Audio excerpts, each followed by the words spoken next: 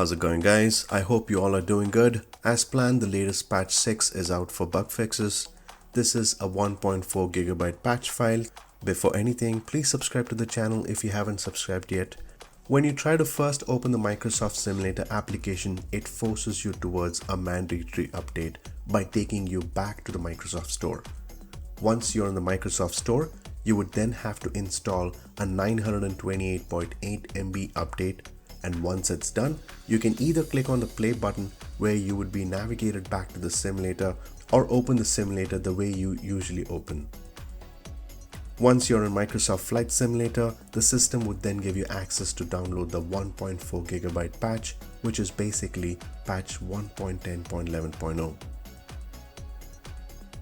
This is a small patch which is 1.4 GB and it's really not as big as the previous patches that have been released.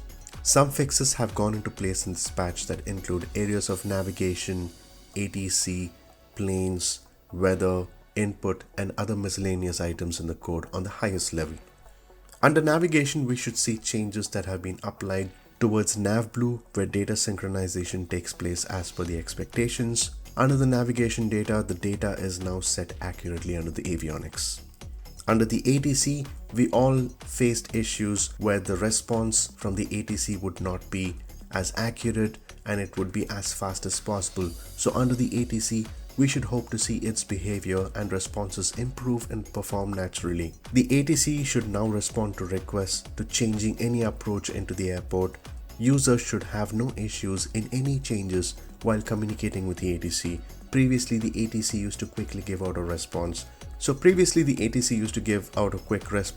now we shouldn't see that happen. In terms of changing runways or even type of landing, the ATC should acknowledge and respond accordingly. Under the aircrafts, the fly-by-wire bank oscillation have noticed issues earlier for the A320neo. This has been fixed. Previously, Boeing 787-10 Dreamliner had issues based on engine overpower. This has been rectified.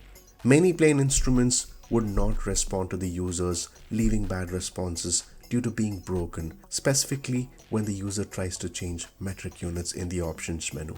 This has been taken care.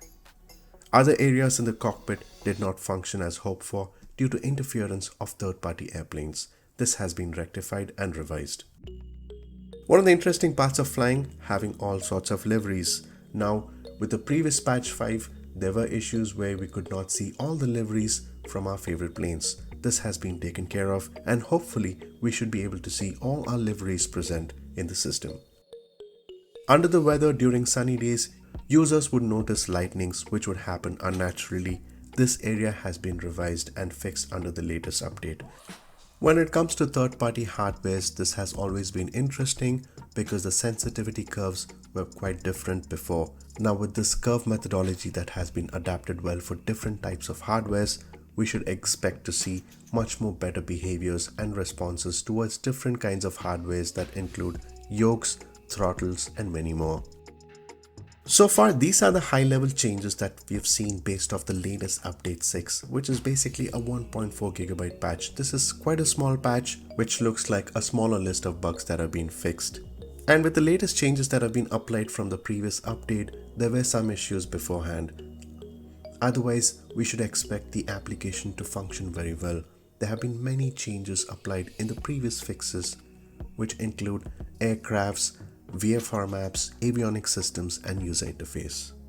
It looks like the entire code has been batched out so that all the fixes would not be ready yet, rather sent out in batches. And it looks like under the aircrafts, many fixes have gone under different batches, and that's the reason the complete set of fixes are not in yet. So based off the latest patches, these are the fixes that hopefully should not repeat in the coming patches. So looking at the 22nd of October update for development roadmap, where update 6 was planned on the first week of November, this has seen only a couple of days of delay. And with the current situation of COVID rising in France, this has always affected many industries including Asobo Studios.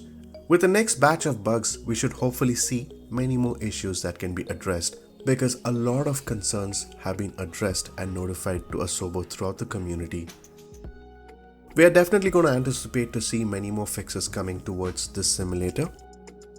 So let's hope that the latest patch has fixed majority of the issues. There would always be many issues that would not have been addressed yet. However, the current state of the simulator looks quite good and satisfactory.